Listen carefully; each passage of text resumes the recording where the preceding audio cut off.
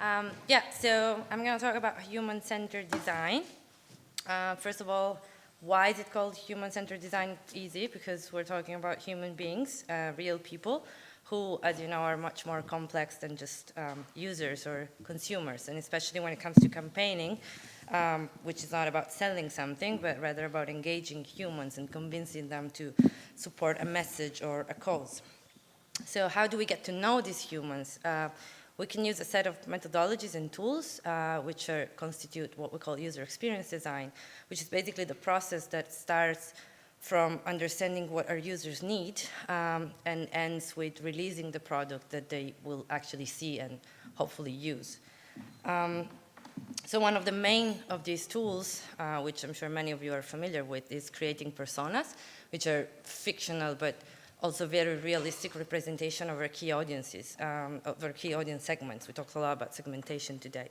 And it's very important to remember that there's a huge difference between marketing personas and design personas, because the first one are mostly based on quantitative data, such as demographic and consumption behaviors, while the second ones are mostly based on qualitative information, so goals and behaviors and challenges. And why is it important to keep this in mind? Because, for example, if we had this marketing profile, a 70-year-old Englishman, successful in life, bunch of money, children, owns dogs, and loves the Alps. If we actually get out there and talk to people and explore the humans, we would find out that this profile can actually fit very different human beings, such as Ozzy and Prince Charles, which I'm sure have very different goals in life and very different behaviors when it comes to using digital products. So now I'm going to talk a bit about how we use these methodologies on a real project, which was the redesigning of the Amnesty International Italian website. So we had the chance to work with the Amnesty team and dedicated the first phase of the project to a very careful and deep analysis of the audience before we even started to think about solutions, so how the website would actually look like. So we went through all the phases. So we identified audience segments and built personas, which, as you can see, were really, we had each of these personas had really specific goals and pain points and personalities. And one interesting thing is that one of the segments was actually the Amnesty International team itself, which, of course, were going to be users of the website.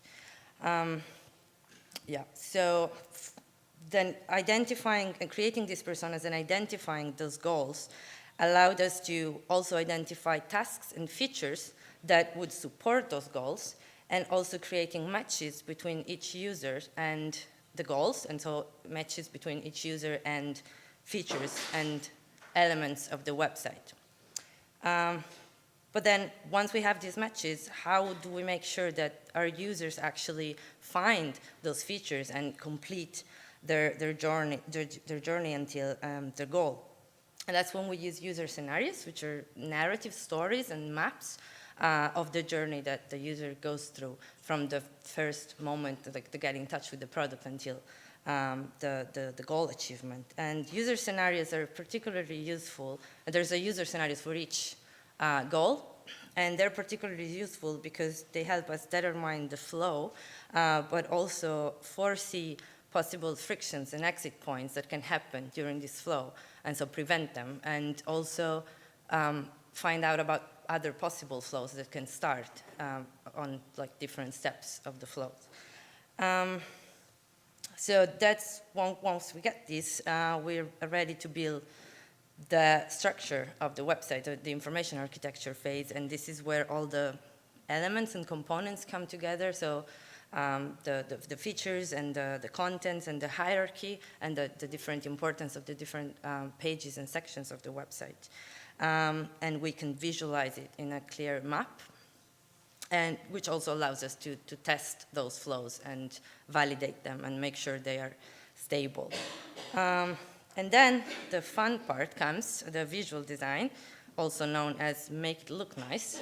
And the interesting thing here is that if we went through the process before, this part is actually very fast and easy because we already know where everything should go and how everything should work. So whether it's a navigation bar or it's a form, we talked about forms before, or a button, we already know. So it's really just about dressing them up and making them branded and significant visually. So did it work? Yes, pretty well. We had amazing results after the launch.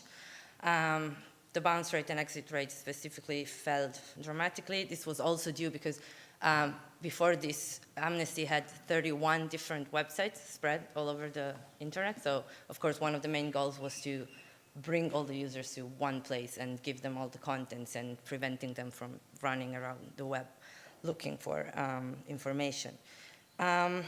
So, in conclusion, the good thing about human-centered design is that it's really flexible and doesn't need to be such a big project to be useful. It can actually be applied to also smaller campaigns. And as we saw before with forms, once we find out that a form works and performs well, it can easily be adjusted and reused in many different products and websites. And so, yeah, it's really all about understanding and listening more to our users and understanding what they need rather than what we think they need. First of all, because it will really save us a lot of resources and time and reducing the waste of building products that they're just not right for users. And of course, it would also make it much easier and more satisfactory for them to go from just being humans to being activists and achieve their great goals. Thank you.